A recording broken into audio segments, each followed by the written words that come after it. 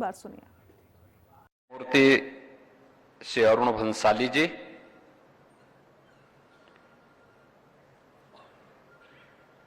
उत्तर प्रदेश सरकार में मंत्रिमंडल के मेरे सहयोगी, उच्च शिक्षा के मंत्री श्री योगेंद्र उपाध्याय जी, विश्वविद्यालय के कुलपति प्रोफेसर अमरपाल सिंह जी, इलाहाबाद उच्च न्यायालय के सभी माननीय न्यायमूर्तिगण, विश्वविद्यालय के सभी फैकल्टी मेंबर्स, इस विधानसभा क्षेत्र के विधायक श्री राजेश्वर सिंह जी और उपाधि प्राप्त करने वाले सभी छात्र छात्राओं और उनके अभिभावकों के आज के इस दीक्षांत समारोह में मैं आज के इस समारोह के मुख्य अतिथि माननीय न्यायमूर्ति श्री सूर्यकांत जी का और अन्य सभी सम्मानित अतिथियों का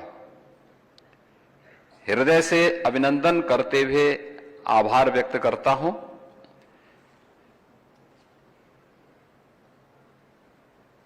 इन सभी उपाधि प्राप्त करने वाले छात्र छात्राओं को, जिन्होंने पीएचडी, एलएलएम, एलएलबी और डिप्लोमा की अपने उपाधि आज इस गरिमापूर्ण समारोह के अंदर भारत की लोकतंत्र के महत्वपूर्ण स्तंभ, भारत की न्यायपालिका के शीर्ष न्यायमूर्तियों के करकमलों से अपनी उपाधि अर्जित की है, इनके लिए इनके जीवन का सबसे स्वर्णिम और गौरवपूर्ण दिन है। इसके लिए मैं इनको हृदय से बधाई देता हूं, इनके उज्जवलमय भविष्य की कामना करता हूं। आपने दीक्षा उपदेश कुलपति doctor Ram Manohar Lohia national law university के द्वारा दिए जा रहे उस उपदेश को सुना होगा, जिसमें उन्होंने भारत की प्राचीन गुरुकुलों की प्रावर्तन समारोह के उस मंत्र को, जो तैत्तिरीय उपनिषद के माध्यम से भारत के हर एक स्नातक के लिए अनिवार्य था, और उसके पहले दो शब्द बहुत महत्वपूर्ण हैं कि सत्यम वद धर्मम चर,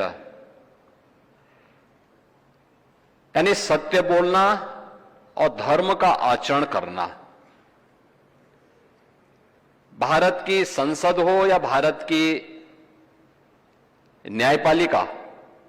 इसका बौद्ध वाक्य भी धर्मो रक्षति रक्षित या यतो धर्मस् ततो जय,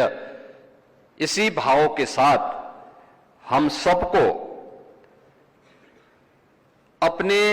कर्तव्यों के प्रति सदैव आगाह करती है। यह धर्म हमारे लिए जीवन पद्धति का हिस्सा है। उपासना सबकी अपनी अपनी अलग होगी, उसका आस्था का विषय है, लेकिन जो हमारे कर्तव्यों के प्रति हमें निरंतर प्रेरित कर सकें, उस धर्म के बारे में यह दीक्षा उपदेश यहां पर आप सबने प्राप्त किया है। यह मेरे लिए महत्वपूर्ण है कि हम चतुर्थ दीक्षांत समारोह में आज यहां पर इस लॉ यूनिवर्सिटी की, जिसकी अपनी एक प्रतिष्ठा है, यहां के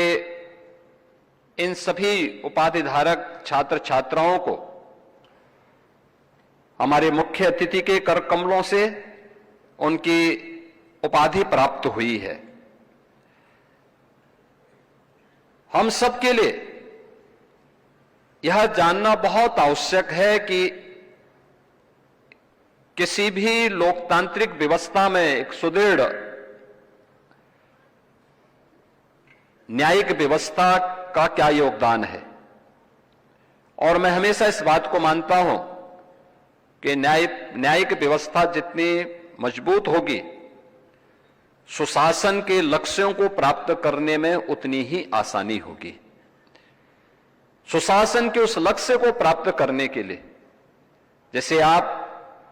प्राचीन काल में राम राज्य कहते थे, जहां पर किसी भी प्रकार का भेदभाव के लिए कोई स्थान नहीं, उसकी योग्यता, उसकी क्षमता और समाज के प्रत्येक तबके को समान रूप से व्यवस्था का हिस्सा बनने में किसी भी प्रकार की कोई समस्या न खड़ी हो, उस अवधारणा को सुशासन के माध्यम से ही प्राप्त किया जा सकता है। और उसी को ध्यान में रख करके आज हम सब लोगों ने इस व्यवस्था को और सशक्त बनाने की दिशा में कार्य प्रारंभ किया है। मुझे बताते हुए प्रसन्नता है कि उत्तर प्रदेश के अंदर विश्वविद्यालय और महाविद्यालयों में हम लोगों ने छात्रों को डिजिटल प्लेटफॉर्म्स, ई कोर्ट प्रणाली, अल्टरनेटिव डिस्प्यूट रेजोल्यूशन और साइबर लॉ जैसे उभरते हुए क्षेत्रों में भी प्रशिक्षण की विशेष व्यवस्था की है। आर्टिफिशियल इंटेलिजेंस और डिजिटल एजुकेशन की उपयोगिता आज के परिप्रेक्ष्य में कैसे आगे बढ़ सकती है, यह और उत्तर प्रदेश के अंदर जो हमारा न्यायिक प्रशिक्षण और अनुसंधान संस्थान है, उसमें भी नए हॉस्टल, स्पोर्ट्स कॉम्प्लेक्स और आधुनिक प्रशिक्षण कक्षों के निर्माण को भी वहां पर कराया जा रहा है। न्यायिक अधिकारियों, प्रोसिक्यूटर्स, पुलिस और प्रशासनिक अधिकारियों का भी निरंतर प्रशिक्षण और उनके स्किल डेवलपमेंट के लिए भी सरकार पूरी प्रतिबद्धता के साथ कार्य कर रही है। यह हमारे लिए गौरवशाली है कि इस देश ने आजादी के अमृत महोत्सव वर्ष के उपरांत अमृत काल के प्रथम वर्ष में 3 नए कानून, जिनकी धारणा ही न्याय है, उसे लागू किया है। ये 3 नए कानून भारतीय न्याय संहिता, भारतीय नागरिक सुरक्षा संहिता और भारतीय साक्ष्य संहिता, इन्हें सफलतापूर्वक लागू करने में आज पूरा देश तेजी के साथ आगे बढ़ा है।